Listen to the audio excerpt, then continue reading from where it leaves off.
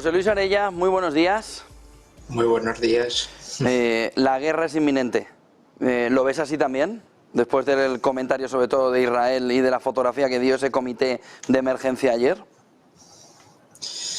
Hombre, como hemos dicho, Netanyahu tiene su fuerza de liderazgo basada en el sentimiento de dar estabilidad, pero una estabilidad de vencedores, ¿no? Sobre todo de dar una imagen de seguridad. Y él está mirando claramente a ganas a su población y aunque la tenga en contra, decir, bueno, yo voy a garantizar por todos los medios que Israel va a disponer de 1 o 2 generaciones de paz y por tanto todos los enemigos que amenazan la seguridad de Israel pues los voy a intentar destruir. Conseguidos los resultados, la opinión pública que está ahora en este momento en mi contra y que me juzgaría, me considerará un héroe, ¿no? Entonces él está llevando su propia hoja de ruta y quiere entrar en la historia como el gran salvador, como una especie de nuevo David que ha vencido a todos sus enemigos, ¿no? Y entonces él sabe que la sociedad judía le perdonaría a pesar de todos sus defectos pues todas esas circunstancias y él está apostando sabiendo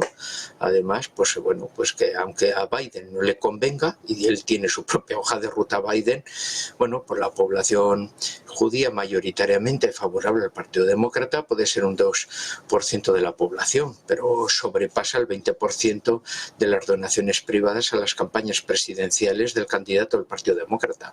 Por tanto es Biden el que está más cogido un poco en ese aspecto que el propio Netanyahu.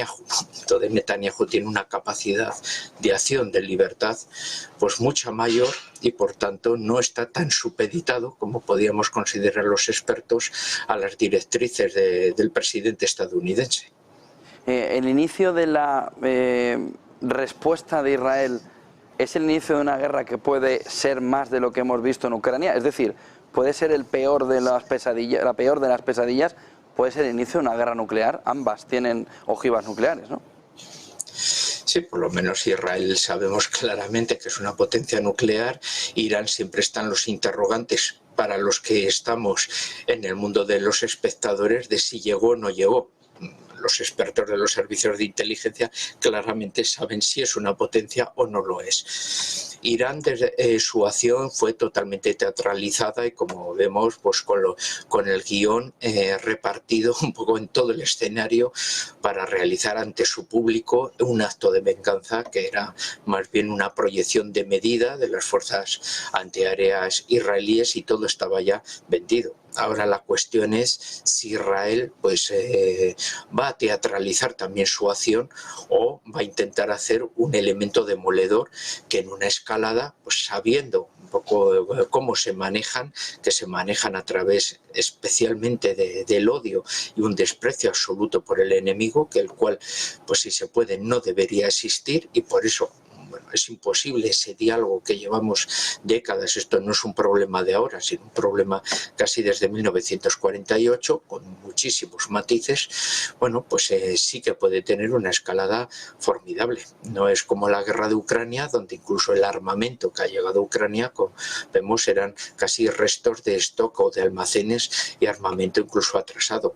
Israel dispone de los últimos adelantos tecnológicos del armamento estadounidense, además enriquecido con lo propio que la industria nacional israelí puede proporcionar, adaptándola a la región e incrementando ese potencial agresivo. Los iraníes acabamos de ver también bueno, la revolución que han desarrollado con última tecnología, con todo el tema de la ampliación de drones, de misiles propios. O sea, estamos ante 2 países que han desarrollado sus propias industrias nacionales de defensa de una manera muy radical y tenemos aquí, la verdad que sí, una guerra que puede dejar la guerra de Ucrania, bueno, pues como un conflicto regional y muy poco importante con respecto a lo que podría venir. ¿Crees que todo Oriente Medio entraría en el conflicto bélico? ¿Crees que Arabia Saudí tendría que replantearse las relaciones, por ejemplo, con Estados Unidos? Ya contra Israel las suspendió, o con Israel las suspendió en el ataque de Hamás del 7 de octubre, pero ¿crees que todo Oriente Medio va a tener que replantearse y se puede convertir en una situación de polvorín la región, en la que además desde fuera tengan también que posicionarse Rusia y China, entre otros? Hombre, claramente clarifica mucho las cosas. Todo el mundo está con nada jugando con tres barajas. Lo estamos viendo. O sea, Arabia Saudí estaba a punto de reconocer a Israel. Tienen muchísimos negocios. El tema palestino estaba más que olvidado y la presión estadounidense favorecía que todo el mundo musulmán, porque aquí habían empezado siendo los no árabes los que empezaban a reconocer el Estado de Israel como uno más. Lo único que les ha unido siempre al mundo árabe, en este caso, ha sido la solidaridad con los palestinos, que era ya casi algo del pasado. La irrupción de ahora con Arabia Saudí, que forma parte de los BRIC, junto con Irán, con los cuales rivalizan tanto en el mundo islámico, tanto en el mundo del Próximo Oriente, dos países con dos variantes islámicas de cultura distinta, Arabia Saudí árabe, Irán no árabe, pero compitiendo un poco en ese mismo espacio. Tienen sus puntos en común, pero tienen sus puntos de disfunción, ¿no? O sea, ahora es cuando están iniciando un pequeño diálogo, pero del mismo modo que Arabia Saudí lo desarrolla también con Israel. O sea, es el primer perjudicado que no le interesa una conflictividad ahora que Arabia Saudí empieza a convertirse en la novia de todos y empieza a tener muy buenas relaciones internacionales con todos y por tanto, bueno, pues también ese proceso de enriquecimiento y de una economía que, bueno, pues que quiere que no se base exclusivamente en la venta de productos petrolíferos, sino que acabe convirtiéndose en un referente no solo político y militar, sino también económico en la región. Le conviene la estabilidad.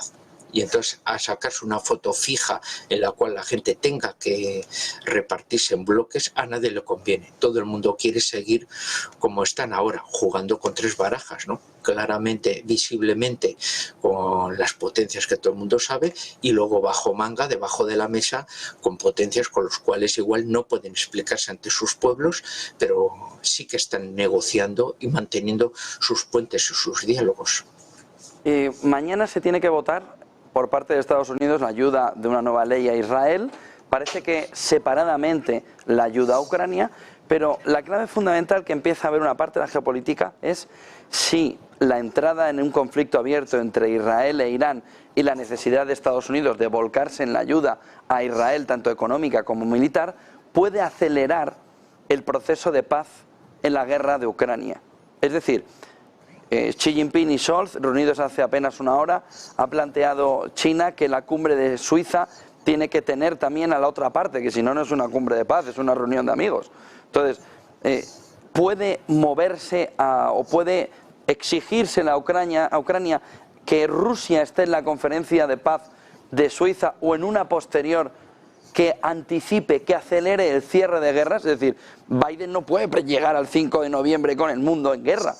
Puede tener algo localizado, pero no puede tenerlo todo, ¿no?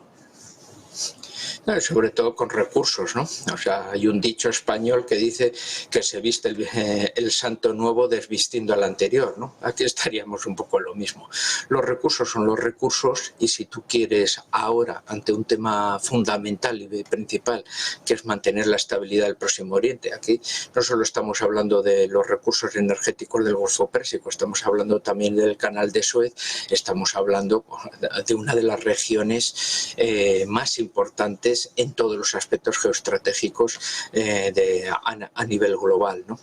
Así que los recursos que necesita Israel o que se necesitarían en la zona para mantener una estabilidad y una paz fría, los tendrías que quitar del apoyo que mandarías a Ucrania. Así que claramente el conflicto ucraniano se extinguiría por ausencia de apoyos armamentísticos y de otro tipo y están determinados a marcar una paz o a una derrota final. Así que, por tanto, a sentarse en la mesa y ahí es donde China empieza a ejercer ese papel de gran protagonista a nivel de política internacional, planteando ya, como ya ayer hizo casi un poco en el protocolo, cuando llegó Scholz y salió un vicealcalde como primera autoridad a recibirle. Digo, bueno, China sí es una potencia mundial, Alemania sin el gas natural ruso, ¿qué demonios es ahora, no? Pues lo que le deja hacer Estados Unidos.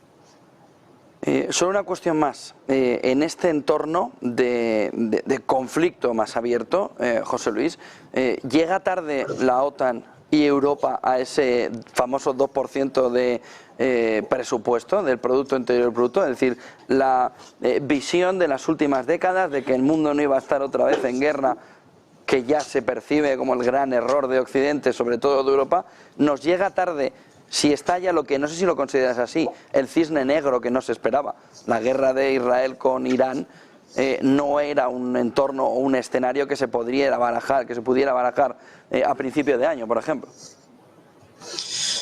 Claramente, ¿no? Y además, pues Europa pues ha demostrado pues muchísima torpeza.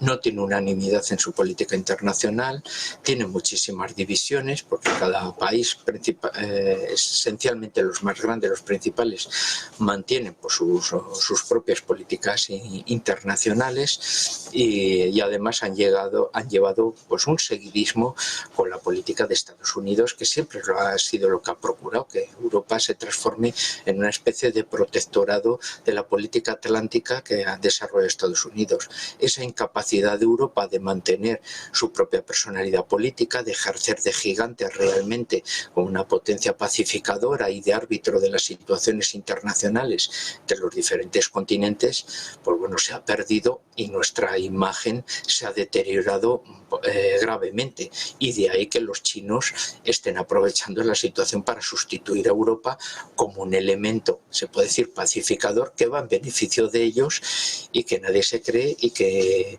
la gente se creía más una imagen de Europa por ser, bueno, pues la cuna de la democracia, de una serie de principios, de derechos humanos, y que ahora mismo, bueno, pues la vemos deteriorada y con una propaganda en muchos continentes, pues de esa nueva descolonización real que únicamente beneficia a los más grandes, eliminando a los países europeos que todavía mantenían una cierta influencia. Entonces, claramente Europa ha sido el gran perdedor de todos estos nuevos movimientos de la política internacional, y que exclusivamente beneficia a los nuevos ganadores, ¿no? Es un poco lo mismo que sucedió con el proceso de descolonización, con la Guerra Fría, que benefició a Estados Unidos y a la Unión Soviética. Ahora están ganando Estados Unidos y China a costa de todos los demás. Muchísimas gracias, José Luis Orella. CEU San Pablo, buen día, buen negocio, buenas clases. Igualmente, muchas gracias. A por ello. A por ello.